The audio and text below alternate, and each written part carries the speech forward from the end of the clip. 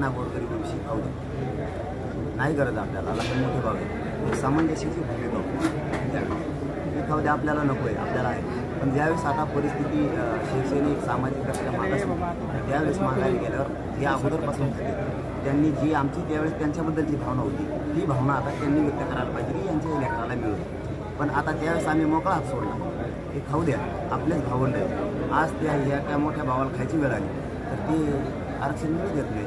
ही जर त्याच वेळेस मिळत मिळत असतील तर त्याच वेळेस घेतली असते. विधानसभा निवडणूक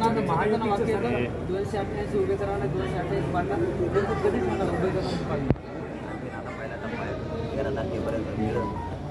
मराठा आणि कुणबी एकच आहे. आम्हाला तर वाटायला की शंभूराजे देसाई साहेबांनी मध्यस्थी केली 100% मिळेल.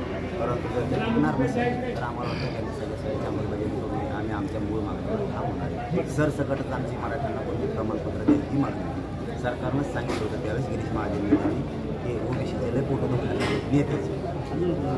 त्याच्यामुळं आपण जरा वेगळा ही करू मराठा समाज घालण्यासाठी, म्हणजे मराठा ज्या मराठीची नोंद निघाली नसली निघाली तरी त्याचा व्यवसाय आणि याचा व्यवसाय मराठीतून न निघालेल्या मराठीचा व्यवसाय एक पकडू त्यांना दिलं जाईल. लय झालं तर त्यांना सगळे सूर्य मानलं जाईल. परंतु ते जर टिकणारच नसलं, असं जर त्यांचं काही डाव बी असेल देतील बी, ते टिकलसुद्धा पण उडूसुद्धा शक्य ते आम्हाला ती दिलेलं आहे. 16% पण उडून दिलेले, कारण देणारे ते चेतन माणसं, ते चेतन ते वकील त्यांचीच, हे आम्हाला सगळं माहिती आहे मराठ्यांना. हे देऊन उडीणारच आहे. उडी 24 मध्ये ज्या निवडणुका होती विधानसभेला त्यात महायुतीचं सरकार पडलं आणि महाआघाडीचं जर सरकार आलं आपलं आंदोलन राहील ते बंद होईल.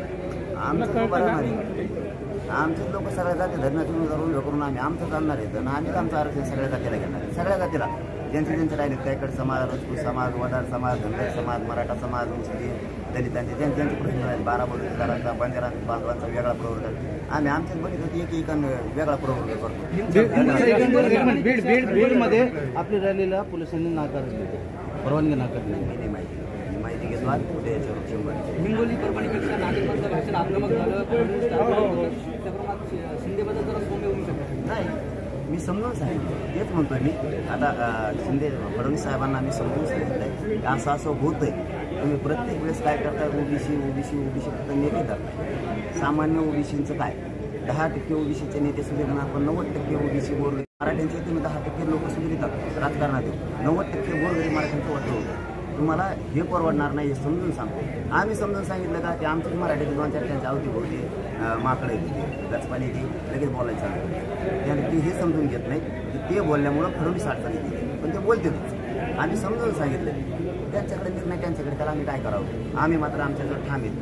बघूयात 288 लढायची का पाडायची. चलो, धन्यवाद.